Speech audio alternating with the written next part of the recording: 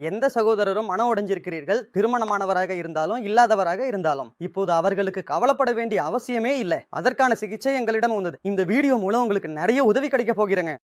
இந்த வீடியோ உங்களுக்காக மிகவும் பயனுள்ளதாக இருக்க போகிறது. இந்த மாதிரியான நோய் பெரும்பாலும் உடலில் நடந்த தவறுகளால் அல்லது ஏதாவது ஒரு நோயால் சக்தி குறைந்து விடுவதால் ஏற்படுகிறது. அதற்கான சிகிச்சை எங்களிடமும் உள்ளது. எங்கள் மருந்தகத்தில் தயாரிக்கப்பட்ட மருந்து அது 100 விழுக்காடு ஆயுர்வேத மருந்தாகும். இந்த மருந்துகள்ல மிக உயர்ந்த தரமான மூலிகைகள் சேர்க்கப்பட்டுள்ளன. அந்த மூலிகைகள் ராஜாக்கள் மற்றும் மன்னர்கள் தங்கள் ராணிகளை மகிழ்விக்க பயன்படுத்தியவை. அவற்றை தேடி இந்த மருந்து தயாரித்துள்ளோம்.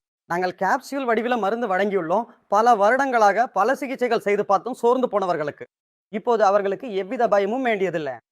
அவர்களுக்கு கவலைப்பட தேவையில்லை. நாங்க சிறந்த மருந்தை தயாரித்துறோம். இந்த நோய் உங்கள் வாழ்க்கையை முற்றிலும் அழிக்கக்கூடியது. இந்த மருந்தை ஒருமுறை பயன்படுத்தி அதன் முழு நன்மையும் அனுபவிக்கவும். சார், நீங்க எனக்கு சொல்லுங்க, இது உங்களுக்கு எங்கிருந்து கிடைச்சது? இத பற்றி உங்களுக்கு எப்படி தெரிஞ்சது? ஒரு வயசுக்கு பிறகு மாற்றங்கள் வந்துரும்.